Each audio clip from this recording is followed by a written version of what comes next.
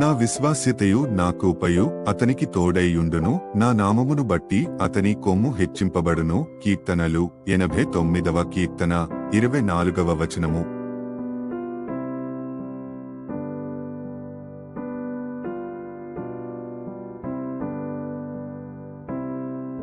నా విశ్వాస్యతయు నా కృపయు అతనికి తోడైయుండును. నా నామమును బట్టి అతని కొమ్ము హెచ్చింపబడును. కీర్తనలు 89వ కీర్తన 24వ వచనము.